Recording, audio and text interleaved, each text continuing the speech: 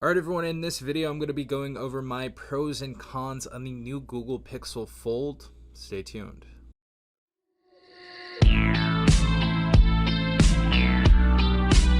Alright everyone, hopefully you guys are having a good day. Hopefully everyone is safe out there. So I've had the Pixel Fold for a little over a week, or about a week now, and I have my pros and cons pretty much set. I've been using this device pretty much every single day. I've been watching movies on it, playing video games, doing my day-to-day tasks on this device, and this has been my kind of media consumption device, and I've really liked this form factor, and I've liked a few different things about this device. But we're going to be going over the pros first, and then we're going to be getting into some things that I do not particularly enjoy about this device. But first and foremost, I absolutely like the form factor of this device, and I think you guys already know that. I've said this in my unboxing. Really do like the wide front display. The wide front display is something that they missed on the Z Fold 4. The Surface Pro has a lot wider of a display, but it's kind of more so like a tablet, and it's too wide to, use as a handheld phone. So if you guys have your phone like this,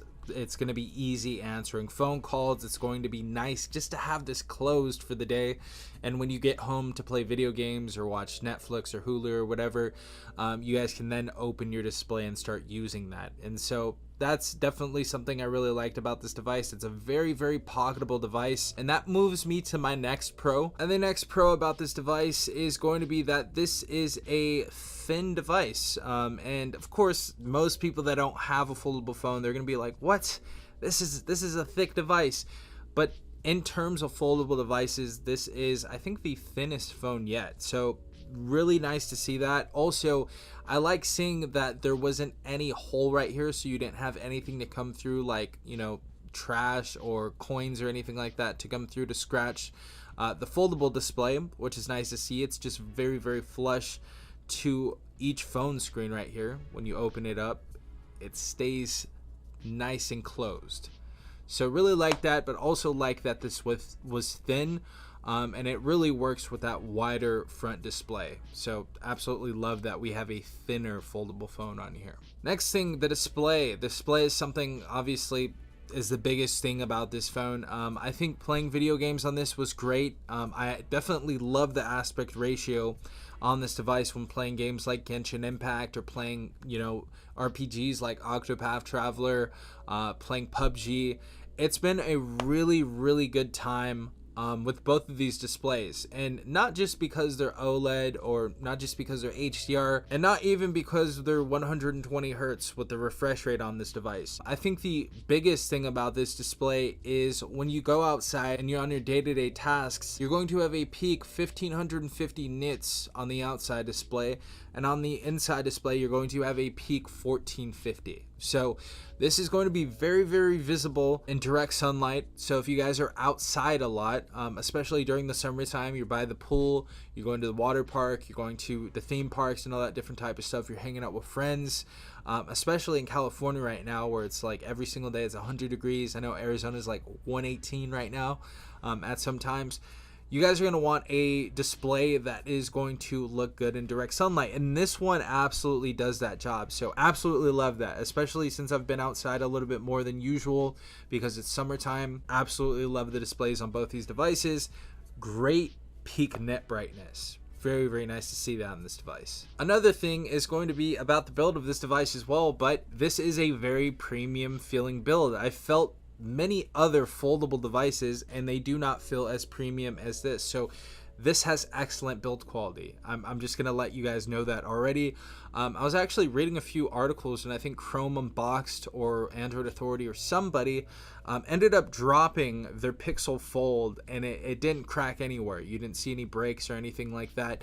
Also, we have Invictus Glass on the back of the device and the front of the device. Not to mention that we have minimal fingerprints on the back of this device because we kind of have this satin type of texture on the back. That's something that I really like about this as well. But I think this is just a very sturdy phone, and I think this is rated up to 200,000 folds, which is like 100 folds every day for the next 5 years on this device, or something crazy like that. I don't know. You guys can correct me in the comment section down below.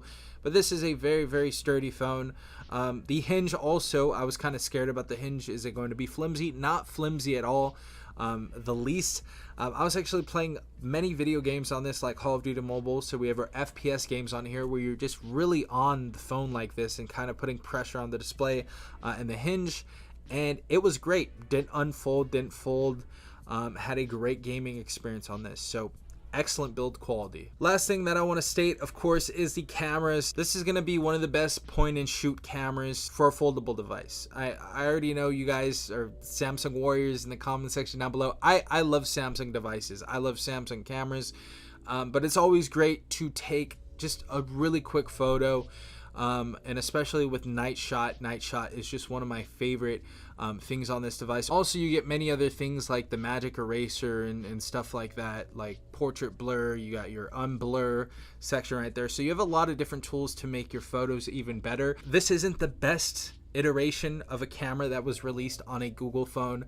The Pixel 7 Pro is going to be a little bit better than this, and I would say this is just a step above the Pixel 7a. So photos can be a little less noisy on the Pixel 7 Pro compared to the Fold or the Pixel 7a, but as far as the point and shoot cameras go, you guys are going to have, and the majority of people are going to have, a very, very good time on the Pixel Fold. Alright guys, so we are getting into the dreaded cons of the Pixel Fold right here. And there were a few on this device, and I think you guys already know a few of them already. If you guys have this device as well, let me know your pros and cons in the comment section down below. Would love to know that. First and foremost, I think this is the easiest thing to see, is that we have thick bezels on this device. Now, compared to many other devices, we do not have as thick bezels as this, but I do like the form factor, as I said before, so I'd rather take this form factor over having thinner bezels. But just note that these bezels are going to be pretty thick. So top and bottom more so than the sides of it. But the bezels are pretty thick on this device. Second con is going to be that the crease inside of this device is going to be fairly prominent. It's not going to be the most prominent. It's not going to be the most noticeable. But for people that have kind of like OCD, or they're very hypersensitive to things, and they feel grooves and they're like, I just don't like that, it's not a completely flat display, go with the Surface Pro 2. No, I'm kidding. But with this foldable display, you guys are going to notice when you open it up that it's going to be a little bit prominent. It's not going to be the most prominent in the world. It's not going to be the craziest. In my experience personally using this device, and truthfully, when you're watching movies or TV shows or whatever on this device, that crease is going to disappear. And when I play video games on this device, the crease disappears. I feel like in lighter experiences like Genshin Impact, where you guys have a more colorful experience or colorful gameplay than like something such as PUBG Mobile or Call of Duty Mobile, it's going to show up a lot more, and you guys are going to see that crease in there, or you may even feel it in there when playing video games and stuff. But in my overall experience, I don't think it's a crazy con on this device. I don't think it ruins the phone for me, but it is going to be a little prominent. Third con is going to be that we have a extremely high price on this device, and I know a lot of people are going to say in the comments, well, every foldable is super expensive right now, and that would be true. But $1,800 on a first edition or a first try that Google had on here is kind of a little high, and I think that's why people didn't really receive this phone too well when it released. But I know that if they lower the price a little bit, this phone is going to sell like hotcakes, and I think it already is. But I think the price of $1,800, you know, you guys already know, Team Pixel sent this to me. This was a gift from Google. But if I had $1,800, I would not buy this phone. And I'm just going to tell you that truthfully. $1,800, number one, is a ton of money. And I think that's something for me. If $1,800 isn't a lot to you, of course, whatever.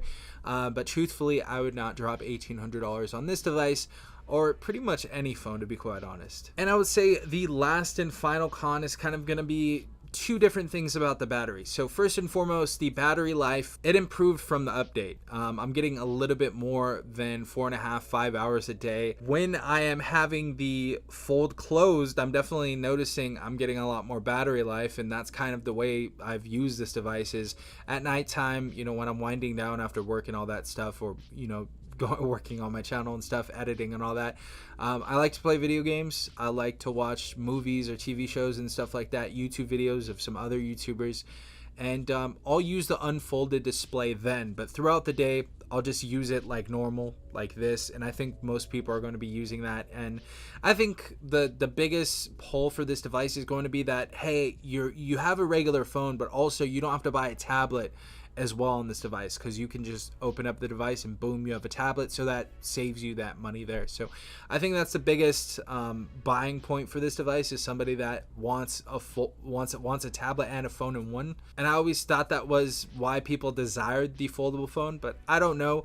A lot of people edit on their tablets and stuff like that, and they're now doing it on their foldable phones, like their photos and videos, and they're gaming and they're watching TV shows and stuff like that. But that's how I use this device, and the battery life could definitely be better. I know it's going to be better in the next iteration, but for $1,800, battery life isn't great. So I would say for most people, you guys are going to get about a day of battery life, and it can get better as well.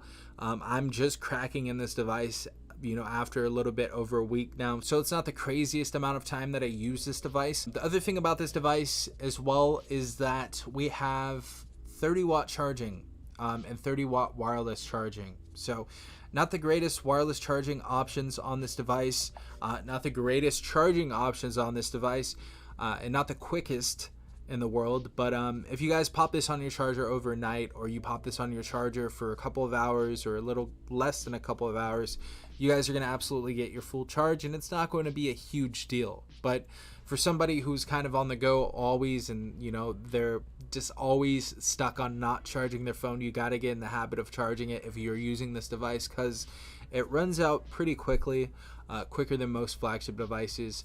And yeah, definitely not the greatest battery life in the world, but a ton of other foldables are in as well. So I still really like this device. I think there are a lot of pros and cons on this device. I think the biggest con for me out of all the cons that I chose is going to be the price tag of $1,800. I just think it's a crazy high price, and I don't think most people are going to be paying $1,800 out of pocket. I think a lot of them are going to be going to like T-Mobile, AT&T, and putting on a payment plan, or trading in their phone as well. That's another thing that you can do. That was the biggest con for me. I'd say the biggest pro for me is the form factor. I think this is one of the most interesting and fun devices that I've used pretty much in my life. I've never really owned a foldable phone. I've tested them out before, and I've tested them out for some times before, but I've never owned one for this elongated amount of time, and I've really enjoyed the form factor of this device. And I'm thinking about, if I'm not keeping this one, getting another foldable device, or getting the Pixel Fold 2 later on. So I really had a good experience with this device. Those were my pros and cons on the Pixel Fold. Let me know what you guys think in the comment section down below. Hopefully you guys have a beautiful day. This has been Safon from TechRight. Peace out, Tech Gang.